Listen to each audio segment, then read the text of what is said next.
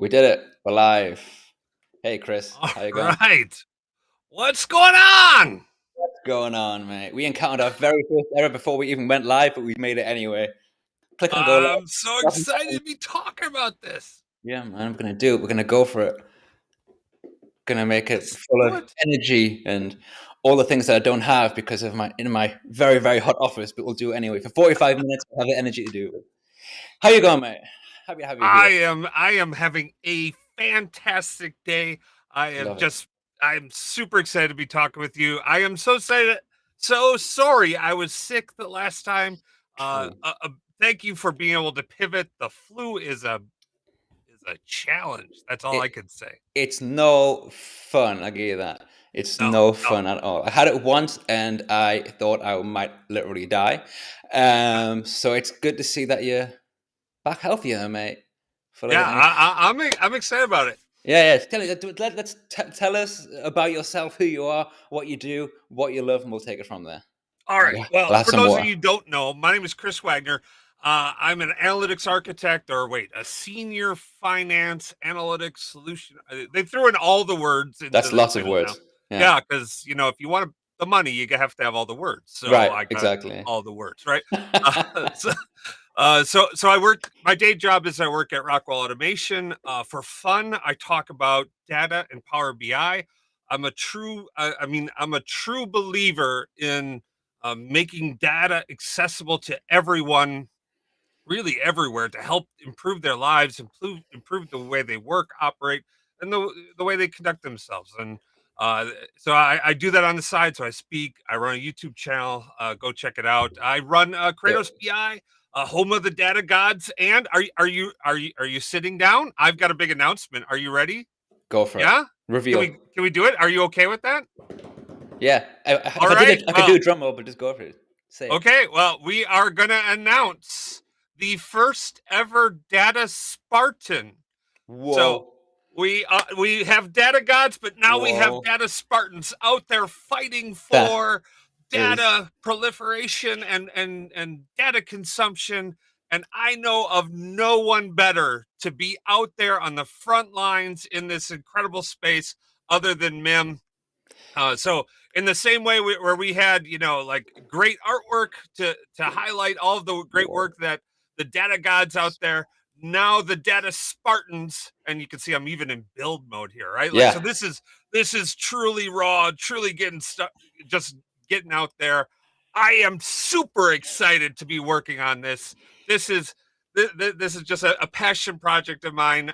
So excited to be sharing out Mim as the first data Spartan out there. And so if that is you or cool. anyone wants to be a data Spartan, hit me up on Twitter, hit me up on LinkedIn. Let me know. Love to get some more people into that new title. So That is very awesome.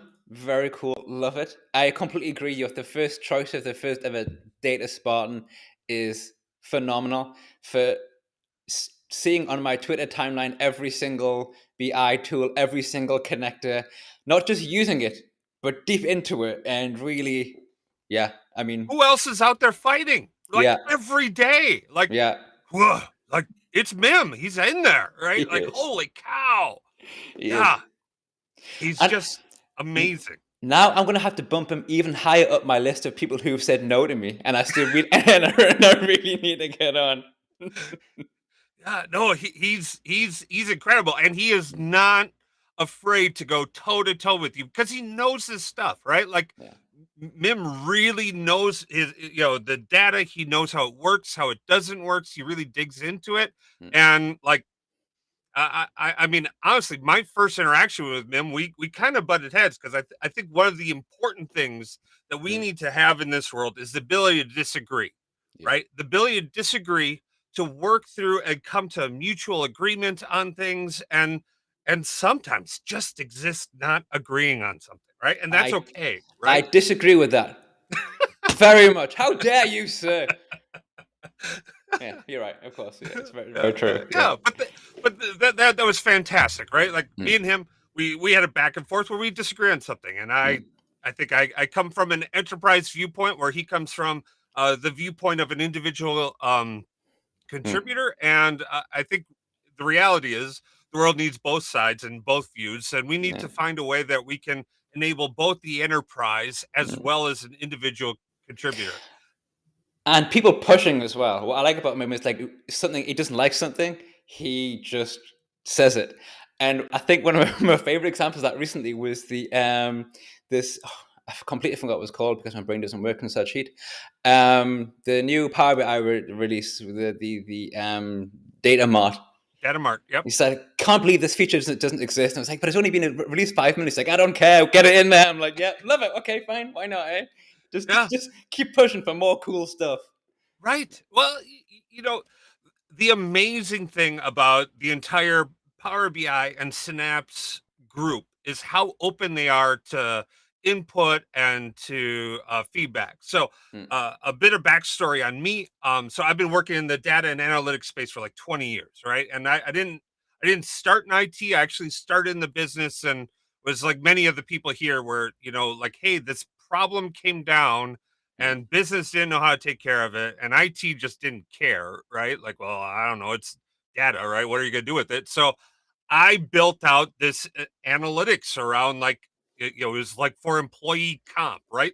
This huge thing to showcase, when you'd be doing better off, and when you went, and it was just fantastic. I absolutely loved it. But I yeah. got started from there Mm, working inside of like an Oracle and a Hyperion and a Brio solution, okay. and that naturally morphed into a Tableau based front end with the Oracle back end, Mm, and mm, I ran a Tableau shop, and it was I liked it. We're able mm, to. The big thing was creating hierarchies on the fly at the time. That was mm, something the tools just couldn't really do, mm. and I started while I was managing that, I had like this POC space that I would spin up, just if I wanted to do some down and dirty analytics, I'd open Power Query and, I'd go grab some data, I'd mash it up inside Excel, and then I'd throw on Power View on top of it. And Okay. there Yeah. was there were some issues when it came to like formatting, and I reached out on uh on on on LinkedIn to the one of the product managers who had just said, hey, working on Power View. And I Mm, said, hey man, it'd be great if we could add this sort functionality. And like the next day I got a phone call from him. Like he tracked down my business. wow. This is before like Yeah. you just call people on their like Skype or something like that, right? Like he had to like figure out where I worked, figure out what the phone number was for that company, Yeah. call that company, get routed through to me, and then he talked to me about what we needed, and then 2 weeks later that feature was out in Power View. I was like, Damn. yeah. I'm like, That'll do. okay, Yeah.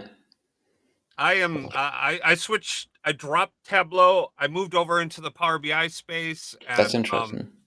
That's really yeah, interesting. yeah. And so my point is they listen to feedback, and Mm, that's why it's important for us to have sometimes have tough conversations, yeah. be able to be listen and be patient, and then push for more. I think it's cool when you have that connection when you know someone or you connect with someone on LinkedIn or of course some kind of social media. I did have this was a few years ago. I did kind of feel sometimes when you want to reach out for someone from a business perspective, like when I worked for my previous company, that Tableau did a better job of making direct business to business contact than Microsoft did with Power BI. I have to say, this was a few years ago. I could be very wrong, but I got a bit because my company were working with both tools at the same time. Yeah. Yeah. And we had a Tableau person and a Power BI person. And the Tableau person had a much easier time of reaching out. However, it was, I think, towards the end, we then had like a personal kind of like MVP who went between and then acted like a middleman thing.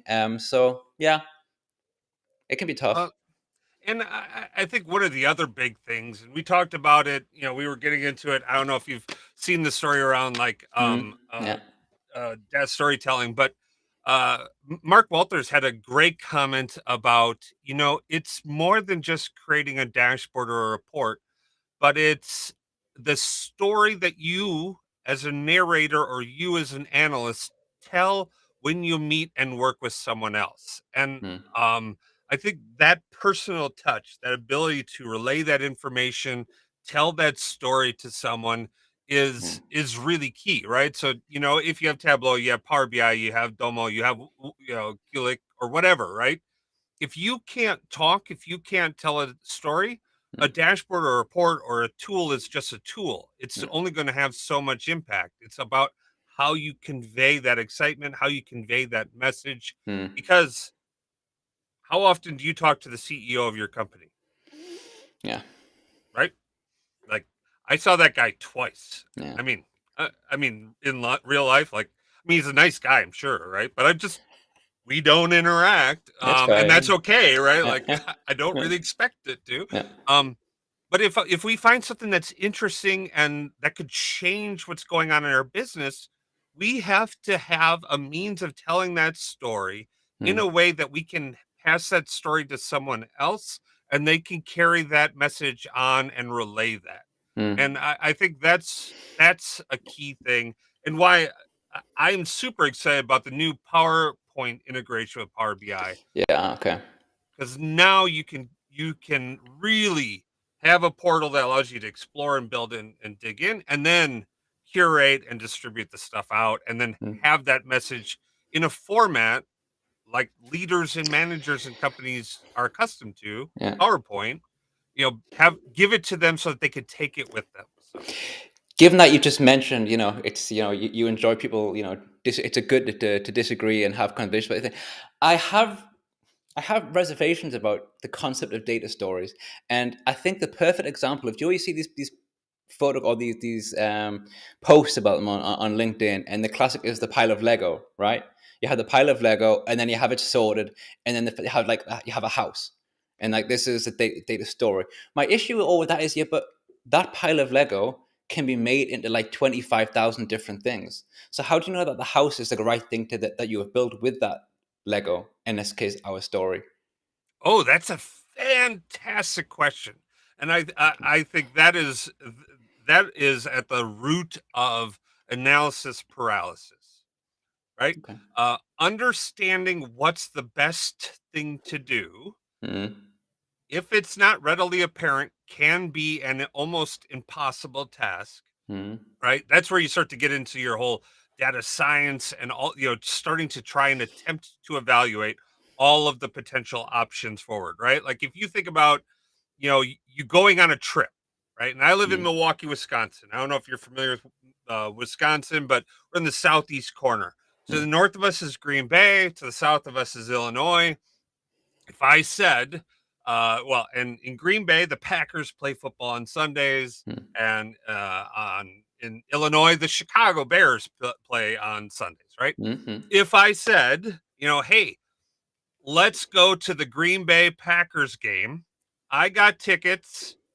You bring hot dogs. We'll meet at 9 a.m. I got my buddy's got beer. Let's go. I'll see you there. You know exactly where to go, how to get there, right? You can plug that into a GPS, and you mhm, can make mm. that journey there, Yeah. right? If I said the same thing with the Bears, like, you'd be able to do the same thing, right? But if I just said, "Hey, I want to go watch football. I'll bring some food, or I got tickets. You bring Mm, some food. I got a buddy who's got some beers. Talk to mm, you later." yeah. Well, I mean, technically, Chicago's closer, right? Mm, Why wouldn't I go down there, right? Like, all sorts of things start to come into play when it comes to, like, deciding which direction you go, how you get there, right? And that's where, that goes back to what I was saying around that narration and that story of mm, being able to talk it through, talk to the people, make sure that that message makes sense, and that that's something you can execute on and deliver.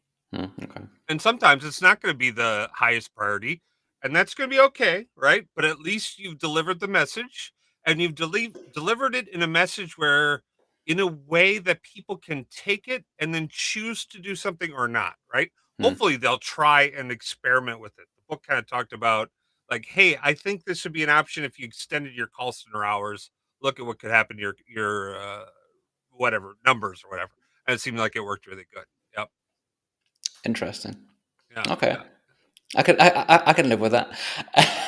It's just something that always just occurs to me, it's not the fear of doing the wrong thing. It's because I mean, just the concept of the idea behind storytelling, I never really looked at it from this perspective of storytelling, more like that there's a right and a wrong answer. Just that when you present it as something, I mean, I don't want to talk in terms of LinkedIn posts, you understand, but it's the concept that there is this final thing, which is absolutely correct because, as you say, you can build something, but then it needs to be modified because this part is wrong and that part is wrong. It's more like the journey to take it through multiple iterations to see what exists within that data. I find Yeah, more interesting. and uh, I think I coined the term the BS line, right? Like you want to have your data visualizations, Yeah. but you want to look below the surface, right? Like, Mm, so when someone says BS, right? Like, mm, you come in and say, "Hey, we need to invest in this," and someone says BS, that's not a something we need to look into. You have the ability to dig into those data and find out more information about what's going on inside there. yeah. But Yeah. oh, hang on a second. Here we go. Yeah. So Enrico Bettini said this on Twitter recently. Why do different competent people who have access to the same data reach different conclusions? There you go. I suppose this plays into Well, what we're saying, right? Well, that's exactly right. Yeah. And we all come from different perspectives. And this is where we have to be able to come in, have a conversation, agree to potentially butt heads, press back on each other and say, no, I think you're wrong. Right. I Mm. think you're wrong. I think I'm right.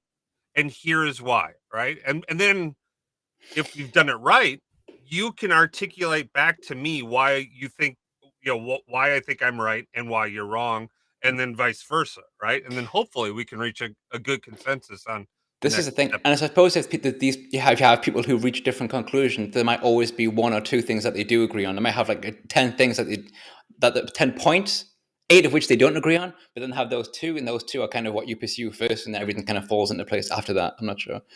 Yeah. Yeah, So yeah, yeah, that's of yeah, that's a great observation, right? How do you manage and work through those things? Although I think sometimes there's contradictory things, right? Like you couldn't do. I'm going to go 10 miles north to Green Bay and then we'll go 10 miles south to Illinois. That gets you nowhere, right? yeah, yeah. Very, very true. Oh man, I've got a question. You citizen data engineering is also something the topic that you Oh, enjoy. What's can you speak to that, because it's something that I hear you mention a few times and you love it. What is it? yeah. I so it goes down to bringing data to people, and I think that the knowledge that everyone has is more value, or is you know is brings value to this world, and them understanding what's going on in the business, what's going on in their job, they can be very well informed as to what directions, what decisions, what needs to happen with the data. And Mm, so we want to do everything possible to enable them. Like if you have someone who works, like I don't care if they're in a help desk, I don't care if they work in customer service, I don't care where they are in your organization. If they mm, take an interest in data, I want to get them tools mm, that allow them to go in and start to explore and work with information and work with data. I also I've seen the world. I remember. I'm young enough to or old enough to remember uh, the days of access, right? Where the tools the people in the business used were completely and totally foreign from the tools in IT, right? mm, So that person builds out an ecosystem that's very useful, right? That honestly, I've seen it drive multi-billion-dollar banks running on access mm, databases mm, because, well, no one realized that that was pivotal. Well, mm, okay, um, you know, now that effort to move off of access is is horrible, right? It takes a long time. yeah, It's huge effort. With the new tools that we have, we can give people Power Query in Excel, and we can say, hey, start to play around with bringing data in, mm, start to like go through enriching data, right? Okay, hey, awesome, you're working in Power Query in Excel. I've got this great thing for you. It's called a Power BI data flow. Look, now you can build out and manage a pipeline that goes into the service, right? mm. And you could start to take that person from an ad hoc developer who works inside of the business to Mm, a citizen data engineer to an mm, actual data engineer, right? Like now, it's someone who's really interested in this can go down that entire journey. And at mm, the end, they can be trained up on all these capabilities when it comes to working in IT, and they can get into DevOps, they can get into, all of these Git repos, and they can evolve to Databricks, but yeah, they can start where they are and they can make those baby steps forward. absolutely. So, And I gotta say, these kind of something which I find really frustrating, given all the points that you just said. It really frustrates me the number of job postings that you'll still see that require quite lengthy and impressive degrees, master degrees in this, that, which I'm not saying it's not good to have those things. It is, if that's what you chose, like, congratulations, well done, like, very impressive. But to have that as the number one requirement for job posters, I find astonishing, given all the things that you just mentioned, all the tools that are available. Um, mhm, I yep. don't know. I mean, I don't know. I no longer have hundreds of thousands of dollars in student loan debt, but I have tens of thousands of dollars. I have my masters. Yeah. I honestly, if I think back on that to what you're saying, I really wish, and I've thought about this long and hard thinking about all these bills I paid off, Mm, right? Like, boy, I think we should be going out of our way to build out apprenticeship programs so we can find people that either exist inside of our businesses and skill them up, or mm, exist inside of our schools and bring them up and teach them these skills. mm, Um, you know, like you said, if you want to go to university, you want to do these things, God bless. But mm. if you don't, if you don't want to do that stuff, why shouldn't you be able to have a good living? Why Absolutely. shouldn't you be able to, have a family and pay Mm, your bills and have a house, right? Like absolutely. all of these things are capable that we could be out there teaching people, bringing them along.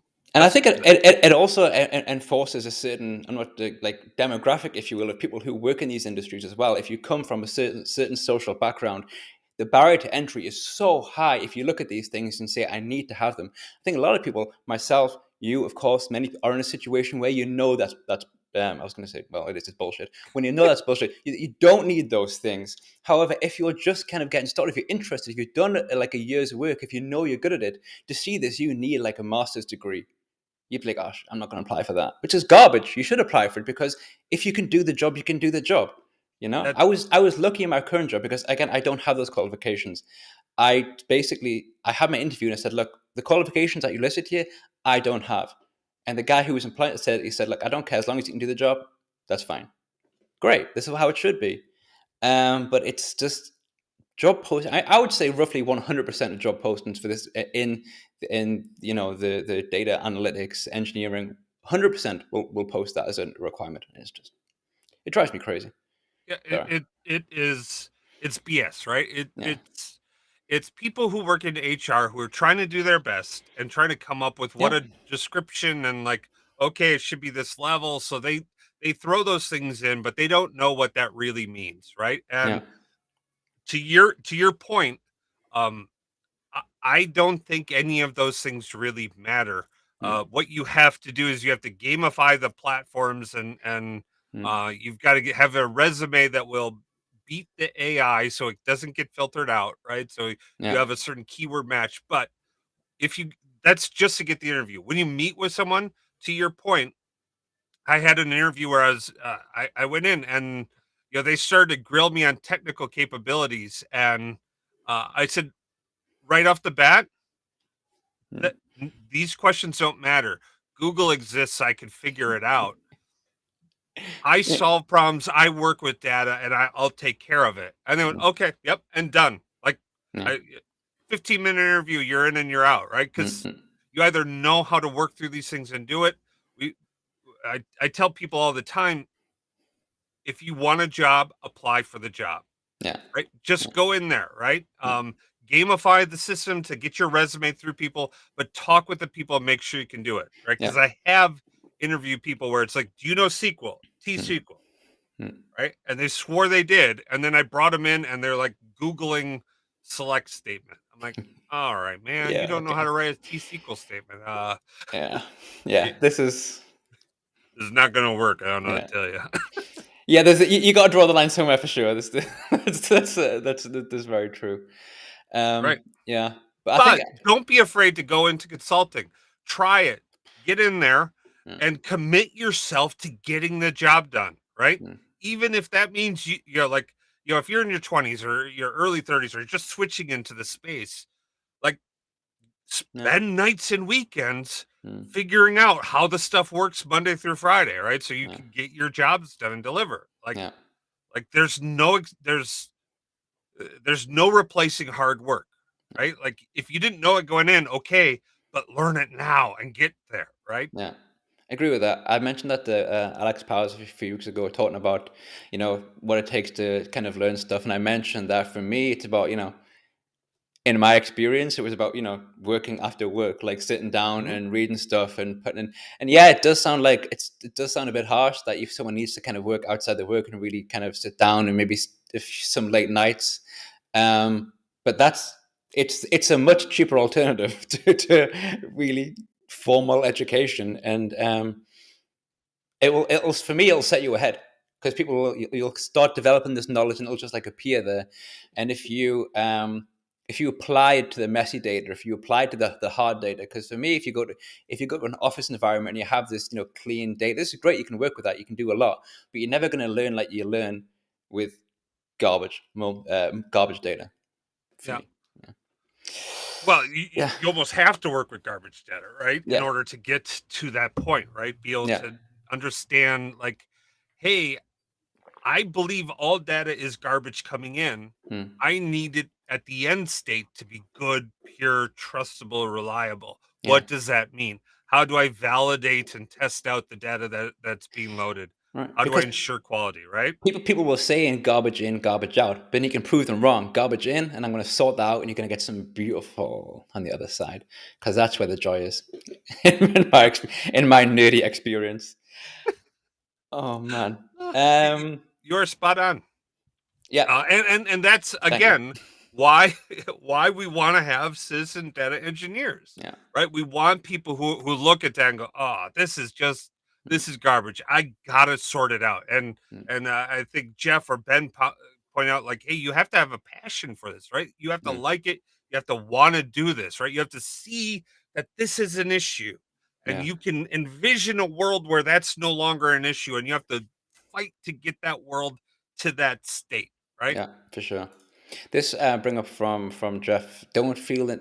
Don't think you need to be at the cutting edge of the entire Power BI universe. Yeah, feel free to go in deep in just one area or go broad. I completely agree with that because I went broad because I was like, there's nothing. I was like, yeah, I want to be able to do a little bit of everything. Therefore, yeah, the broadness always helps. But yeah, I completely agree with that. It's to go deep in one area if you want to, do that and stay with that. But I think for me, I think from a purely Power BI perspective, when I first found it, when you first discovered, when you see it is more broad. Bear in mind, I would also say I started in 2017 with Power BI, so early 2017, and it's much more broad now than it was then as well. So yeah, I think if you go very very deep in one area, or if I did, I'd miss this entire universe of Yep. BI that we're Well, and to that enjoying. extent, I think it's to build on what you're saying. I think it is important for many people to pick an area to go deep in, but to not downplay or eliminate the other areas. Right? If you're going to go Yeah, deep in Power yeah, Query, make sure you understand your modeling. Right? Make sure you yeah, understand the DAX. Right? Make sure you understand the visualization side. Now, you don't have to be a Miguel Myers, right? Putting together like artistic masterpieces, mm, right? But understand like what what is that front end dev gonna need when it yeah, comes to your data model, right? Like, yeah. oh, you know what? If I put these flags in as ones and zeros, it might be okay for adding things up, but it's not great for toggling. You So know maybe I what? need to do yeses and nos, right? I had this exact discussion this week with my team. It's so funny. I love that you mentioned that because, yeah, I mean, basically, how I say it, you have to understand what the end result is going to be. Like, yes, you've got an entire process from, you're taking your data, you're cleaning your data, you're structuring your data, but what is the end result? It's a Power BI or a BI tool. It's going to be in some way visual. Yep. And if you Yep. exactly the data flags is an absolute classic. I'm literally saying now, especially if you're building a report in a situation where you can't change much on the final visualization area. Like if you have a 1 to 0, the average person might be like, okay, what's that? I mean, I understand, like, and you can't assume that everyone thinks the same way as you or understands that. You're creating reports for people who really sometimes just don't care about that. They don't care about that. They just want to see the data. So would you rather have a yes or a no or a 1 and a 0? Yeah, Right. yeah. Right. Like, Completely agree. we should presume people don't care about data, right? Yeah, Like, that should be our baseline assumption, is that people don't care about data and don't want it. yeah, They need it. It mm, will really help them, right? So mm, we have to do everything possible to get it into a shape and a delivery mechanism that allows them to accept it and work with it, right? exactly. And it's funny because I used to do a presentation where I said, "Hey, we don't want to get involved in building out all these parts," and I had all these different parts and whatnot. Because if I'm building an elliptical, I could focus in on all these different parts. I Yeah, said, but at the end of the day, I'm trying to build this elliptical, and the parts that I just built were for some other one, and yeah, like, damn it, now I can't do any of these things, right? yeah. I'm bringing this this comment up from Jeff because it kind of brings me to an area that we're kind of heading towards anyway regarding visuals. But chart titles, some of this field and that field and that sort of thing. It's oh, I can't take this down now because for some reason today I'm a bit concerned because Restream keeps logging me out, so I'm a bit worried that I'm Oh just going to no. disappear at some point. And I literally now cannot take this comment off because I've been logged out of my own chat. So there you go, that happened. Um, there you go, Jeff. Your comment's going to stay there for the rest of the stream, I think. What was I saying? Yeah, so basically, visualizing data. We're kind of talking about where the data goes to and where it arrives at. And you, I think, on Twitter, yeah, 20% of Power BI dedicated to visuals. Let's speak about that a All little right. bit. So this is me and you here talking. All Yeah, right. do it. We need to be encouraging the Microsoft team to be investing more time and energy into visuals, right? Hmm, This chat post is a perfect example. That is a garbage title, right? Like, oh, hey, great, you concatenated some things together, but it's meaningless, right? hmm, If Microsoft was investing more in their smart narrative capabilities, that it was a meaningful title that they could produce, awesome. But hmm, if not, you should be turning off default titles and only forcing people to enable them and add those in when they add in the proper context. yeah. All right. Ooh, look at that. We jumped all around. Yeah, I'm trying to sort it out at the same time. I'm listening, but I'm just trying to sort it out at the same time, mate. It's all good. I can go in on this one. All right. Go for it. Go for it. We have all right. Then I'm gonna stay on this one then while you're sorting this stuff out. All right. When we look at each of our visuals, there's so many pieces that need to be invested in, sorted out, and formatted and fixed, right?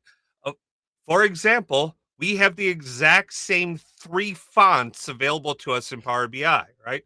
Now, maybe there's more than 3 fonts, but is there? Like like Hmm, our font selection needs to be fixed. If you go into the basic formatting of any one of the visuals, those need to be enhanced, right? hmm, How we work with slicers.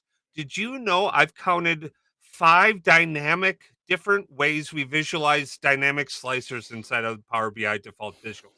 Five, five of them, and they're locked into visuals. So you if you want to have different slicers on a page, you could have 5 different types and you can't make them look the same no matter what you do. yeah, That stuff needs to get straightened out, right? yeah, And that's only going to get done if we have the ability or if we have investments going into these things, right? And yeah, that's why I want to encourage, if you're from Microsoft, especially if you're in a Microsoft leadership position, we need to be looking at, when we lay out our plans for next year, hmm, allocating 20% of our resources into building out and helping on that front. And I know, and this again, why Microsoft kicks butt in this area is they heard this and immediately reassigned 2 product managers over to making visuals better, right? Like me and Jeff started to go off on this a while ago on Okay. Twitter. Many of you may have seen it, and within the week, within the week, Jerriton had 2 people migrated onto this, and a week later, Kim Manis is talking about, hey, you guys have to get these people happy with the visuals out there, right? To, Interesting. that if you're talking about a big organization, having them change and shift and the what they're talking about, what they're building out, that's a big deal. I give them all the credit in the world. Mm. Do these things need to be sorted out? Yes, they do. Right? Let's not muddy words here, right? Mm. But but credit where's credit due. It looks like they're starting to they, they immediately heard the feedback and started to adjust. So Yeah. I am I got my fingers crossed, and actually, you know what? More than fingers crossed, I have firm belief that they are going to make the necessary steps, but we're going to hold them accountable. We're going to continue on this journey of pushing for Mm. these advances in resources. And don't make me sick Mim on you, because like Oh, do it. Mim is, yeah. Do it. Uh, Oh man, yeah. It's Not that I can I sick Mim on someone. I don't know who controls him, but you know, he's oh, just mention it to him. He'll do it himself. You know what I mean? yeah, yeah, He's just setting down that path. You know, the slicer thing drives me crazy as well. One of the things I mention quite often is that I really don't like the standard slice, especially when you look at like like times like date slices. The way those work, I think, are very very horrible. But more than that, that does frustrate when I'm building reports, and I always mention it. You have to kind of choose and kind of pick the best of a not great bunch. What I really don't like is and I don't know how this could be fixed because I have no idea. I just want to think it should be fixed. Is that the standard way most visualizations work, for me, actually encourages really bad practice with visualizations. And I saw yep, one Twitter post today, and I forget what it was, and it was a great post about doing something. I've forgotten everything about the post, but the point is that the visualization that they used was like a stacked bar chart. And when it kind of looks like a bar, like a tube of fruit pastels with all the many different colors, and right. it's just horrible. And if you basically create a visualization and you drag a legend in and that's what you get, it's bad and it's wrong. And you're basically saying to people, this is how it should, because people don't know. And you'll Yep, see it posted quite often. I've been working with Power BI for 1 year or a year and a half, and these are the visualization, these are the reports that I'm building. And I'm like, yeah, you're doing a great job because you're really trying and you've learned a lot, I'm sure. But the visualizations, unless you really start to understand how things should be look, will remain fugly for a very long time because the out of the box experience is crap visuals. I think every visual should have a toggle feature setting that allows for top and other, so that when you Mm, drag in a pie chart and you yeah. drag in something, here's your top 3 and everything else goes into the other. You put in a bar chart or like a line chart, and it recognizes the surface, and it Mm, automatically says, oh, you're taking up 80% of the surface, and I have room for 10. Here's 10, and then everyone else goes into another bucket. Or, oh, it's really small, I'm going to give you your top 3, and then everybody else is into another bucket. Now you could toggle it on and off so that that you don't have to have it, but that should be the default behavior, so that people can understand like how this should look, how these things should work. yeah. You should be able to go in and like maybe control it so that, you know what, I always want to see the top 5 or top 10 or whatever, right? But Mm-hmm. allow for that to be a visual that is in there. Work with some visualization experts on exactly how that needs to work, because it needs to be right by default. It does. I really, really like that idea, I've got to say. I'd never, as I mentioned when I first said that sentence, I have no idea how it could be fixed, but that is a cool idea to Right. basically, yeah, just to basically essentially bucket it from the start. Yep. Yeah, I like that Just a lot. we're always going to do that, right? Just Yeah. here it is. Toggle it off if you don't want it, right? Mm. Heck, throw it into your theme to turn it off all the time if you don't really want it, because Mm, you're anti that. Hey, God bless, want people to do what they want, right? But I think if we were going to talk about every visual and all the random people that were wanting to get up and running and into these things, I think that would make our visuals look so much better. definitely, definitely. There's lots of good comments coming through, but I'm sorry I can't put them on the screen. I can put them on the screen. I'm just kind of stuck here. I feel like I'm kind of talking from behind Jeff's comment, you know. Um, But yeah, I also just saying we like to blame Microsoft, but more often than not, it's us doing some stupid stuff. It is true, but I do think that there has to be some level of responsibility from it. I also like Microsoft. I mean, they have a lot of they have the guided learning. If they had something like that as well for visualization, Yep. before you start working with, before you want to show data, at least have some kind of. And I know there's lots of guides out there. There's lots of websites. This is how you display data. But if Microsoft actually brought some of that into, the Power BI desktop, to click on it, to go to it.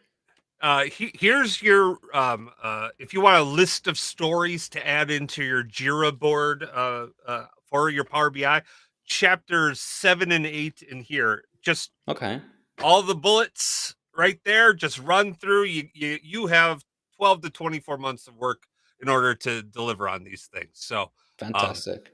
oh, Well, look, here, look Jesse, at that. you can Jeff vote. has a vote. Fantastic, love it. See, I finally put people on so they can post some links, and it's paid off immediately. If I could, I would put that on the screen. You can vote for automatic top end. It's a great idea. I really like that. I'm gonna be so focused on that on that now. I'm gonna vote for that as soon as this live stream finishes. I'm gonna go back to my own video and click Don't on do it that link. right now because we're No, having no, other no. challenges, right? Pay Right. attention to us now. Just in like 5 minutes, you can go do it then. All right. So, here's another rule of thumb I would like to see. Yeah. So everyone should follow Reed Havens, and Yeah. the reason, because at some That's point true. in time, me and you are going to have to send him a bill for the 4K monitors he's convinced us to buy, right? Yeah. So, Definitely. Definitely. thanks, Reed. But Reed has some amazing visuals out there, and he Mm, finds like he is the ninja of data visualizing content, mm, right? Like you get a request like, "Oh, I want to do this thing," and like, nope, mm, that's not possible. You think, but Reed finds a way, and Reed has some great stuff. So, it, make sure you follow and watch his stuff. He has some great things, mm, but I would say all of those incredible things he does should be much easier in the solution, or should be, and it should be mostly out of the box capabilities, right? Like mm, he had one that allowed for like highlighting of visuals and changing the color, right? mm. Well, Yeah. why can't I control that inside my visuals, right? And Yeah. honestly, you go watch his visuals, like he does a great job, and that will allow you to do those things right now. But There's another guy. How is it? How to Power BI or Baz? He's got a channel. Yeah, He's Baz has got some great stuff too. Yeah. They're both very very good at really making some beautiful looking reports. Um, yeah. Actually, think about this. Think about things looking good, improving things. I would also. You said 20% dedicated to visuals. How about at least 2% dedicated to dashboards? Huh? Uh, Yes. so Yeah. that is an ongoing conversation, right? Like I contend. Here we go. Here's another controversy. We Go should for it. eliminate dashboards entirely. Yeah. Eliminate them as they are today without significant investments. They have low to middling value. The only value they really bring in is the ability to bring reports and links together. For that extent, I would say we should look at harnessing and extrapolating and building on the metrics capabilities. Yeah. Allow for the metrics portion to be more customizable, that you can do more to lay that stuff out, that you can control that pane, and Mm, then that pane you can plug into different reports in the same way that you can just drop that into a report.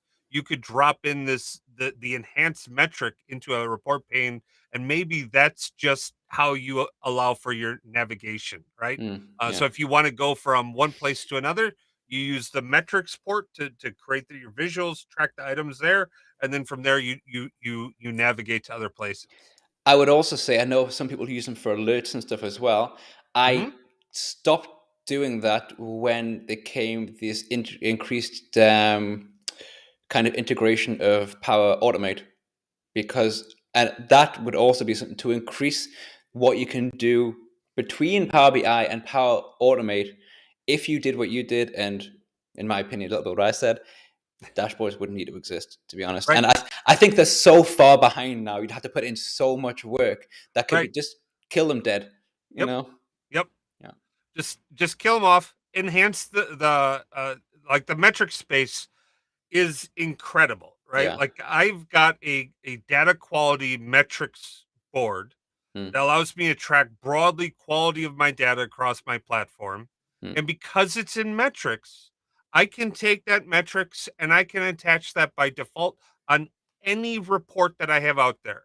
So That's the cool. my 500 sales reports that are out there, it is add a tab, pull on the visual, make it the page, Mm, and out, right? It is yeah. the easiest thing in the world. And then people right inside any given report can see the quality of data.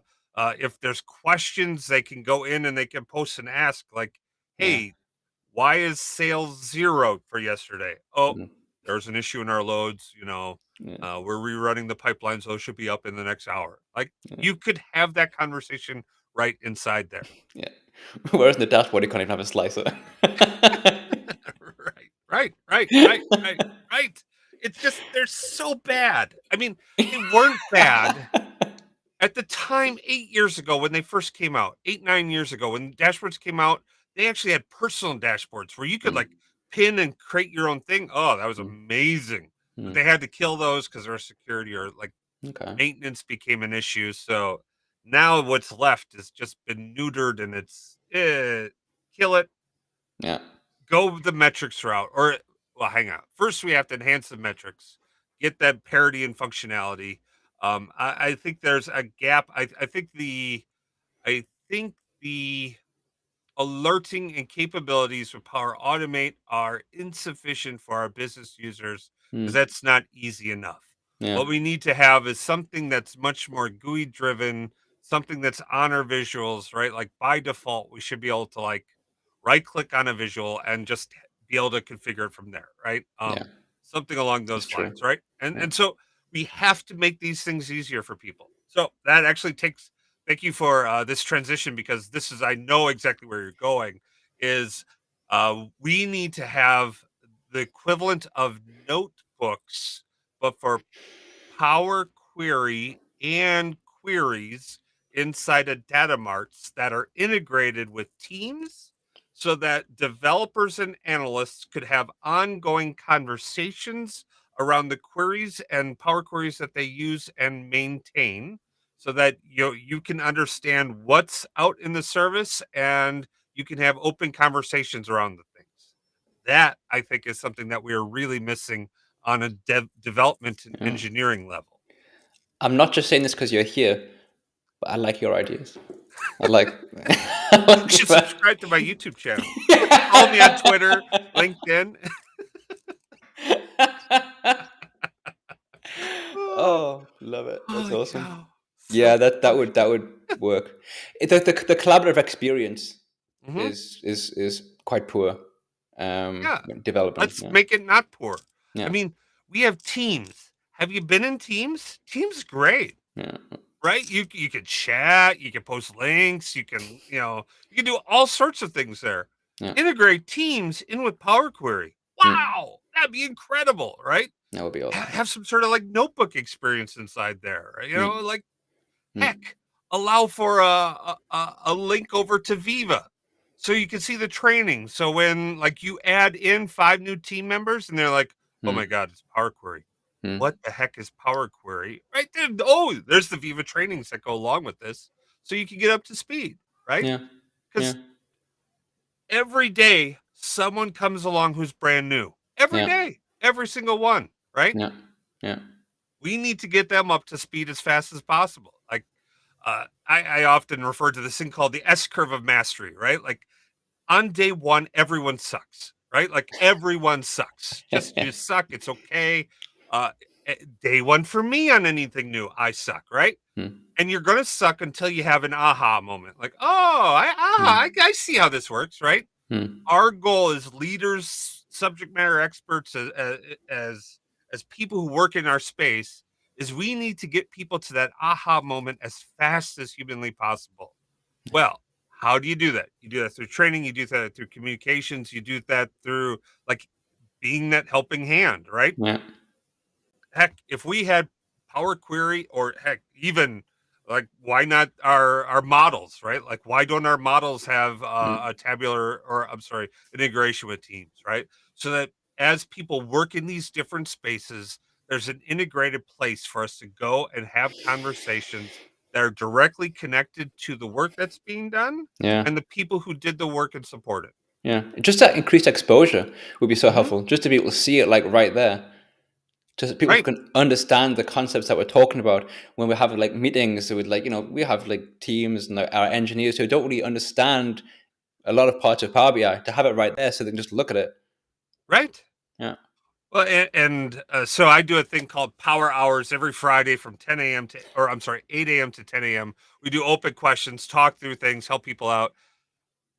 You Mm, would, I don't know if it's surprised or like the number of people who come in and like, oh, my boss, I'm an intern, right? Like mm, I'm in college, and my boss said I'm supposed to build out a live streaming data warehouse, and like mm, the requirements that come in for this poor intern. It's like, no, that no, you're not going to have that done by Tuesday. Let's level set.